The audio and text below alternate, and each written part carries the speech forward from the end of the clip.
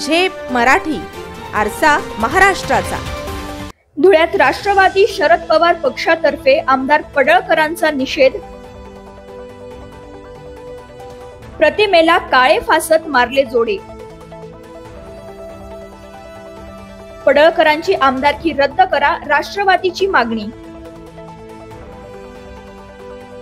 धुळे शहरात भाजप आमदार गोपीचंद पडळकर यांच्या वादग्रस्त वक्तव्याचा जोरदार निषेध करण्यात आला। राष्ट्रवादी काँग्रेस शरद पवार गटाच्या कार्यकर्त्यांनी त्यांच्या प्रतिमेला चप्पल मारून काळे फासले आणि प्रतिमा जाळून संताप व्यक्त केला। शहर जिल्हाध्यक्ष रणजितराजे भोसले यांच्या नेतृत्वाखाली झालेल्या या आंदोलनात कार्यकर्त्यांनी जोरदार घोषणाबाजी केली। जयंत पाटील आणि त्यांचे वडील स्वर्गीय राजाराम बापू यांच्याविषयी पडळकर यांनी खालच्या दर्जाचे वक्तव्य केल्याचा आरोप करण्यात आला। त्यामुळे महाराष्ट्राच्या सुसंस्कृत राजकारणाला काळीमा फासल्याचे राष्ट्रवादीचे म्हणणे आहे। कार्यकर्त्यांनी गोपीचंद पडळकर यांची आमदारकी रद्द करण्याची मागणी केली आहे। तसेच त्यांच्यावर फौजदार गुन्हे दाखल करावेत अशी मागणी सुद्धा प्रशासनाकडे करण्यात आली आहे। गोपीचंद पडळकर यांनी अतिशय अश्लील भाषेमध्ये, असभ्य भाषेमध्ये राष्ट्रवादीचे ज्येष्ठ नेते आदरणीय जयंत पाटील साहेब व स्वर्गीय राजाराम बापू यांच्याविषयी अतिशय चुकीचे विधान केले।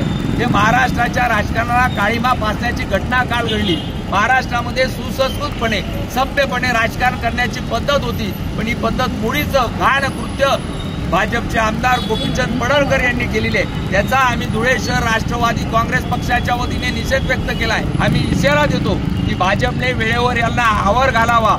धुळे जिल्ह्याच्या दौऱ्यावर जर गोपीचंद पडळकर आला तर त्याच्या तोंडाला काळ्या फासल्याशिवाय आम्ही राहणार नाही, असा इशारा या निमित्ताने आम्ही देतो। या आंदोलनात रणजितराजे भोसले, जगन टाकते, भिकानेरकर, जितू पाटील, दीपक देवरे, मंगलदास वाघ, वाल्मिक मराठे, अशोक धुळकर, अमित शेख, भोला सैंदाणे, युसुफ शेख, रामेश्वर साबरे, राजू चौधरी, वैभव पाटील, गोलू नागमल, मनोहर निकम, शेख हुजेर, डी पाटील, हेमंत पाटील, विश्वजित देसले यांच्यासारख्या असंख्य कार्यकर्ते व पदाधिकारी सहभागी झाले।